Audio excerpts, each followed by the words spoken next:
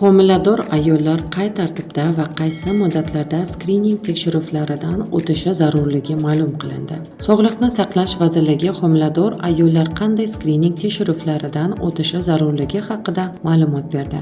Ma'lum qilishicha, perinatal, ya'ni tug'ruqgacha skrining tekshiruvlari samaradorligini oshirish hamda homilaning sog'ligi va yashab ketishiga imkon bermaydigan tug'ma nuqsonlar va irsiy xromosom kasalliklar bilan bolalar tug'ilishini oldini olish maqsadida homilador ayollar 2 bosqichdan iborat bo'lgan perinatal skrining tekshiruvlaridan o'tkaziladi.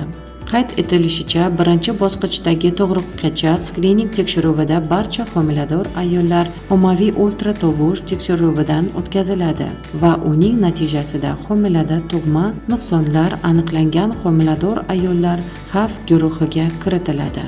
Bunday tekshiruvlar 3 marotaba tuman, shahar, markaziy ko'p tarmoqli polikliniklarning perinatal skrining xonasida amalga oshiriladi.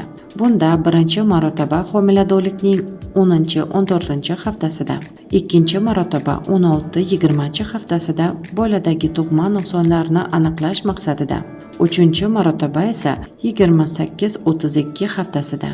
Kech namoyon bo'ladigan tug'ma nuqsonlarni aniqlash va homilaning funksional holatini baholash uchun o'tkaziladi.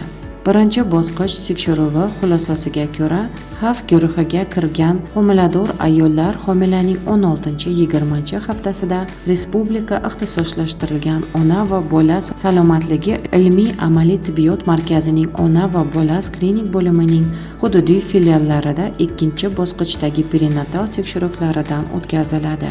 Bunda ayol hududiy skrining markaziga poliklinikadan yo'llanma va avvalgi perinatal ultratovush tekshiruvlari natijalari aks etgan tibbiy kartasidan ko'chirmani olib boradi. Qo'shimcha qilinishicha, skrining markazida ultratovush biokimyoviy skrining tekshiruvi va uning natijasiga muvofiq homilaning xromosom sindromlari bilan tug'ilish xavfi darajasi yuqori bo'lgan homilador ayollarda invaziv tekshiruv usullari, keyinchalik esa homila hujayralarini genetik tahlili va boshqa tekshiruvlar o'tkaziladi. Ikkinchi bosqichdagi perinatal skrining tekshiruvi natijasida homilador ayolga tibbiy genetik xulosa beriladi.